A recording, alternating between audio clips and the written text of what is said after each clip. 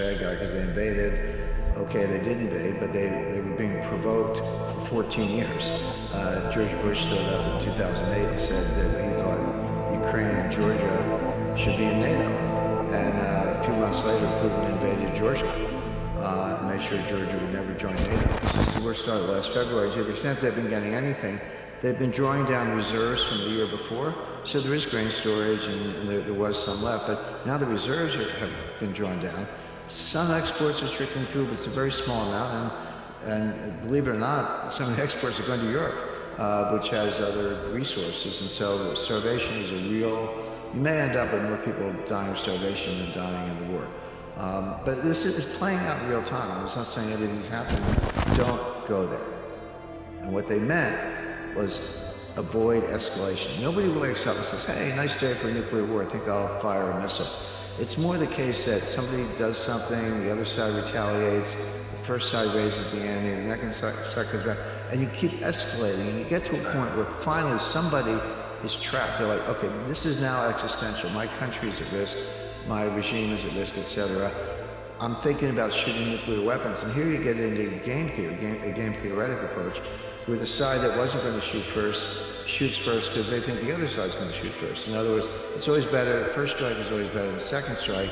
So if you think the other guy's going to shoot it, then you shoot first, even though you didn't start out that way.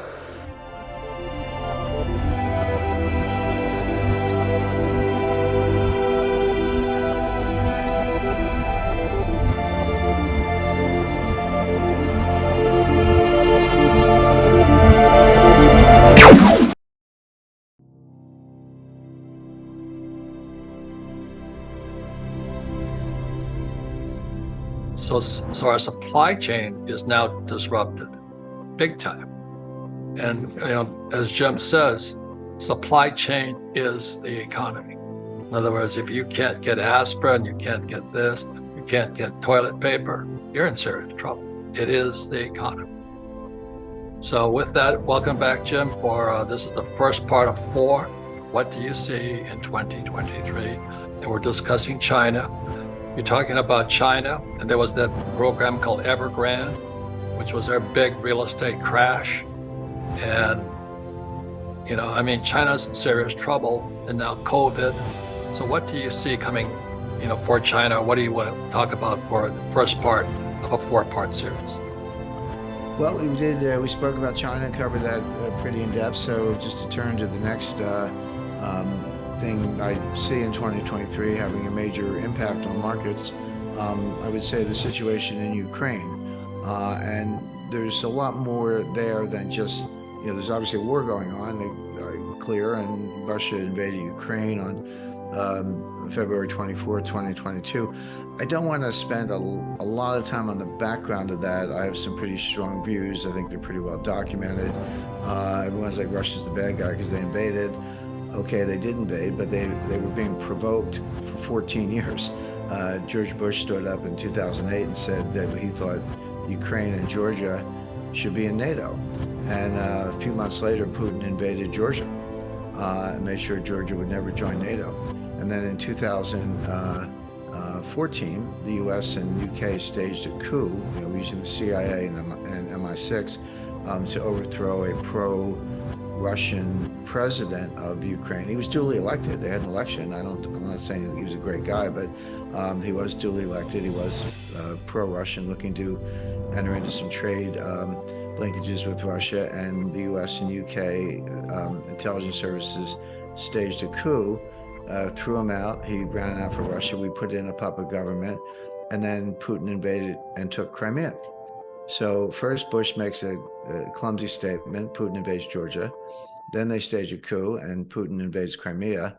And at that point, you're supposed to say, what part of the word invade do you not understand? In other words, Putin is telling us, don't go there. Ukraine's not going to join NATO. You've crossed a red line. Then he invaded Georgia and Crimea to show he was serious, and the US still wasn't listening. Either that or we were listening and we wanted the war. And that's really my view. I think the warmongers, Victoria Nuland, Tony Blinken, Jake Sullivan, Susan Rice, and there are others, Lieutenant Colonel Andrew Vindman, this whole warmonger crowd wanted this war, and they got it. So here's your war. Now, the war is tragic. It's brutal. That's what war is. And that's been going on for a while. But there is a financial, economic war wrapped around the military kinetic war, because the U.S., yeah, we've been supplying weapons to Ukraine and training, and Poland. A lot of the so-called Ukrainian troops are actually Polish troops wearing Ukrainian army uniforms, because so many of the Ukrainian troops have been killed. Various weapon systems are being supplied. There's a drone war going on. Iran's giving drones to Russia. The U.S. has, its own drones. They're supplying them to Ukraine, etc. So that's been pretty well vetted. But the economic financial war around it, the U.S. has put sanctions on Russia. The U.S., but also make it clear, the U.S. and the EU and the UK and other allies have joined these sanctions against Russia, and they are unprecedented. And by the way, I spent a long part of my career working on sanctions. The financial warfare, exactly the kind of thing we're talking about now, is what I have done for over 10 years, longer actually, for the intelligence community. I worked on supporting intelligence support for the Committee on Foreign Investment in the U.S., which looks at deals where foreign companies are buying U.S. companies, and you ask yourself, is there a national security threat here? It's not an antitrust review or securities law review. It's a national security review. And I used to do what we call collections, intelligence collections, to support that analysis. And I teach financial work at War College. So it's just one of my specialties, and I know a lot about it. And when sanctions were announced, just to kind of give some examples. Sorry, Robert. So we froze the reserves of the Central Bank of Russia. Completely unprecedented. We froze the reserves of oligarchs. We kicked the Russian banking system out of the international SWIFT message traffic system, that's where big banks record large transfers to each other. It's kind of the nerve center, the beating heart, if you will, of the global financial system, based in Belgium, and Russia has been kicked out of that, and a lot else besides. Limits on Russian oil exports, price caps on Russian oil, and so forth. And then Russia's retaliated. They banned certain exports of strategic metals, fertilizer, grain, and other essential goods to the rest of the world, or at least to countries that are participating in the U.S. sanctions. So I don't want to spend too much time going down the whole list. It's a long list, but the point is, it has been highly, highly disruptive to the to the supply chain and the food chain. It's contributed to inflation, and it's getting worse. So that much we know. We already know that, and it's a very big deal.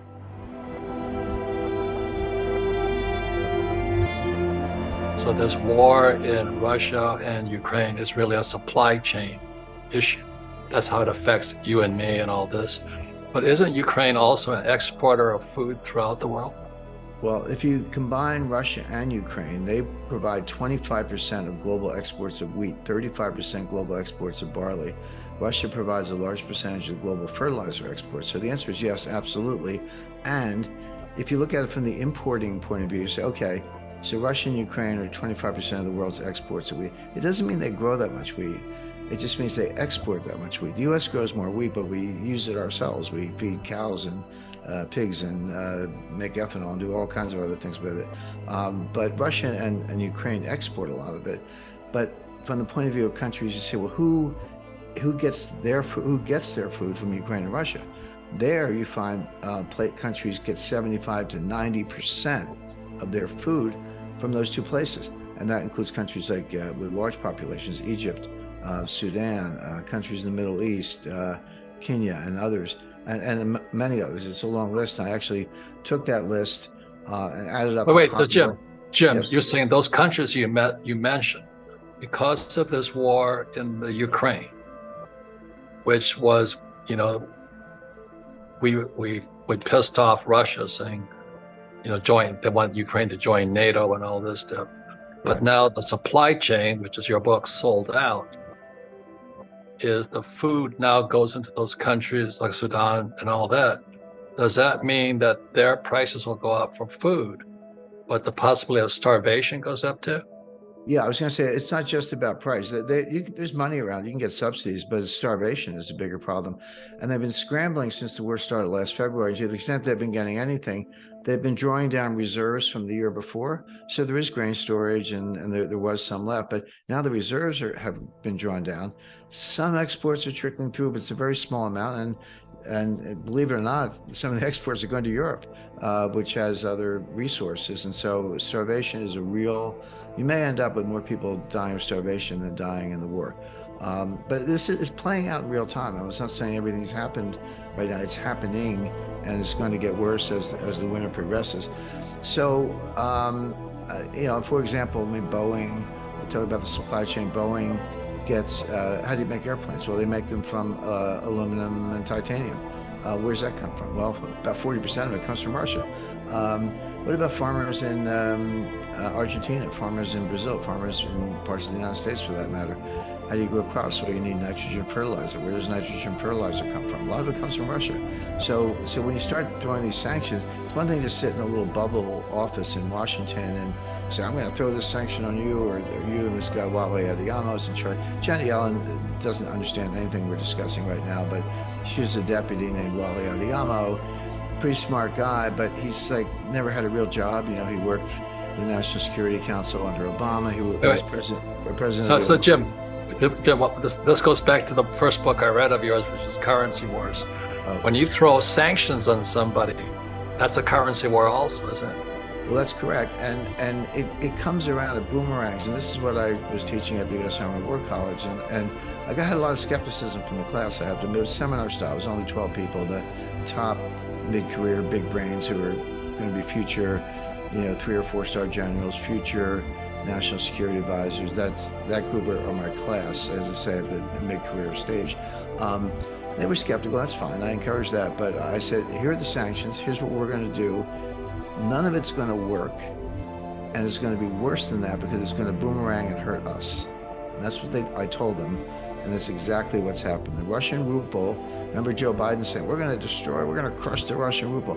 The ruble today is stronger in foreign exchange markets than it was before the war, et cetera. So Russia's oil revenues are up. The quantity might be down, but the price was up from where it was, and so they're making more money.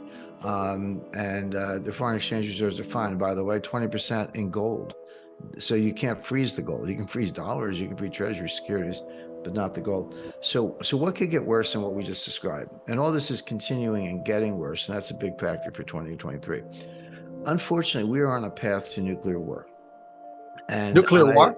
Wait, did you say that? Nuclear war. And I studied nuclear war fighting beginning in the late 1960s. And what I studied in the late 1960s, most of it was written by scholars in the late 1950s. That was the early part of the Cold War, the early part of the nuclear age, when some big brains were working on this. And the scholars are Herman Kahn, who wrote a book called On Thermonuclear War. It's still in print, 600-page, warfighting manual.